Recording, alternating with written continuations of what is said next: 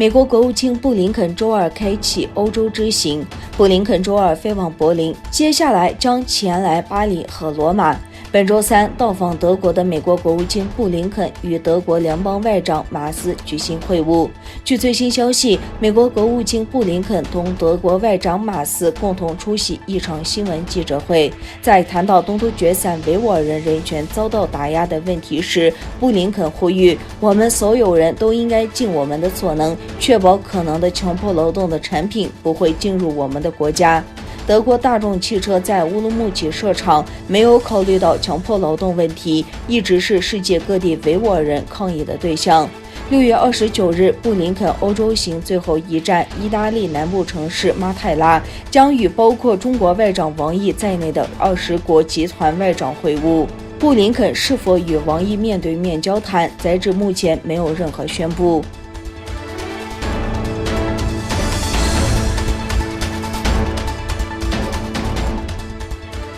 6月23日是国际奥林匹克日，世界各地的维吾尔团体举行抗议活动，以呼吁抵制即将在北京举行的2022年冬季奥运会。东突厥散体育与发展协会和世界维吾尔代表大会基金会联合举办，在伊斯坦布尔奥委会面前举行联合示威，发表了一份关于抵制北京冬奥会的声明。维吾尔学院院长巴哈蒂博士在活动发表的讲话中强调，已有7国承认中国在东突厥散的犯罪活动为种族灭绝，支持中国举办冬奥会等同于支持犯罪，国际社会应该抵制北京冬奥会。与此同时，维吾尔人、藏人、蒙古人、香港人等多个国际人权组织在瑞士洛桑国际奥委会总部前举行了反对2022年北京冬奥会的大规模抗议活动。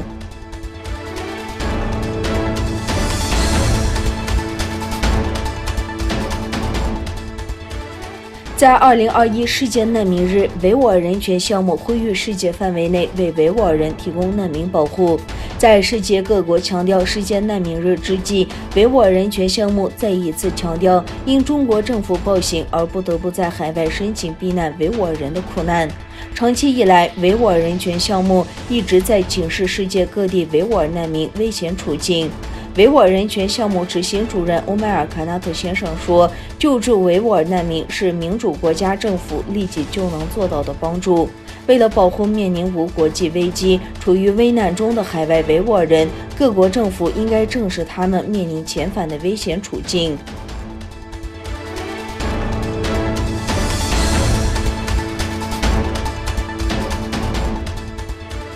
追随新冠病毒的起源再次成为美国国会的热点话题之一。参议员共和党人本周推出的一项新法案，要求中国配合国际社会对新冠病毒大流行疫情的起源进行透明且全面的调查，否则将制裁中国科学院及其关联机构。一贯支持反华立场的共和党联邦参议员鲁比欧21日推出名为《2021年新冠病毒法》的法案，要求中国配合国际社会对新冠病毒起源问题的调查工作。同时，共和党参议员麦克加利格周二介绍了2021年新冠病毒来源调查法案。根据法案内容，如果中国不允许国际社会对新冠病毒起源进行所谓的可信和全面的调查，法案将授权美国政府在立法生效90天后对中国有关机构和实验室施加制裁和其他限制。法案中的制裁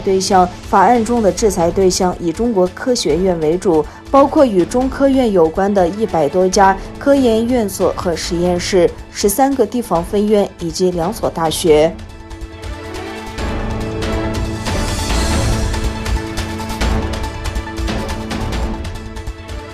在美国海军第7舰队6月22日发表声明证实，美国伯克级导弹驱逐舰柯蒂斯·威尔伯号当天下午穿过台湾海峡后，中国指责华盛顿是该地区的最大威胁。中国人民解放军东部战线司令部发表声明说，美国出于用老办法在台海制造麻烦，这证明美国是地区安全的最大威胁。美国海军第7舰队表示，这艘船的通过是一项常规航行活动。